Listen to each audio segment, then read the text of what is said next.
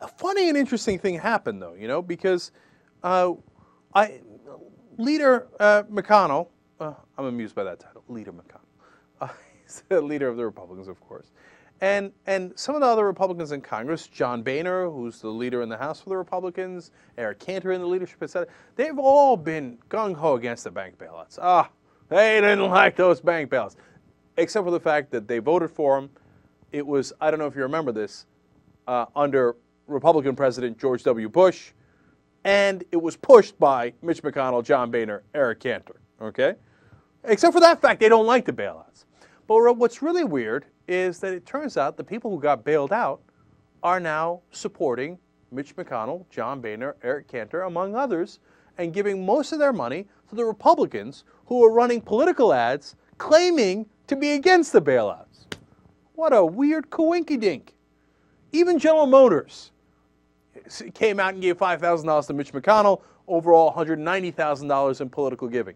First of all, they shouldn't be allowed to give a nickel, whether it's General Motors or Goldman Sachs. You don't get to keep hiring lobbyists to buy our politicians to give you more money. That's crazy. I don't care if you're giving it to Republicans or to Democrats.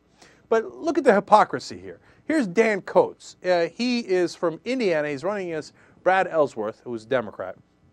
Republican Dan Coates says in a political ad that, quote, the disastrous bank bailout was because of the Democrats. The disastrous bank bailout.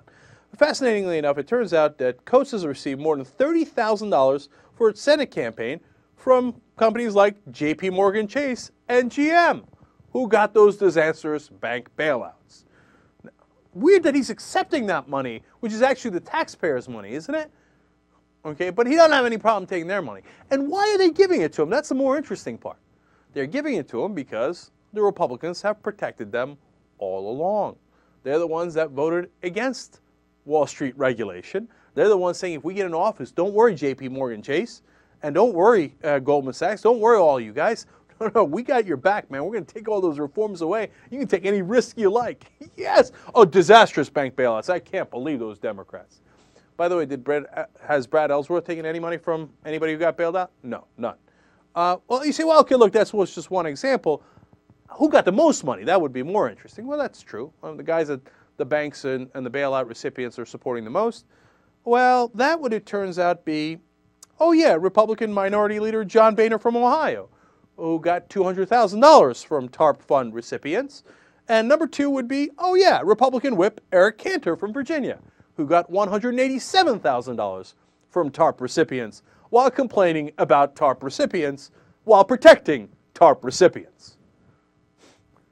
And that's perfect Republican hypocrisy for you. They don't have your best interests in mind. They don't give a damn about those bailouts. They do it again in a second. They did it the first time, they'll do it the second time, and they'll create a situation that requires those bailouts by taking away those reforms and by taking away any regulation from those banks, so they'll do it again. Why? Because they just got paid by them. That's how it works.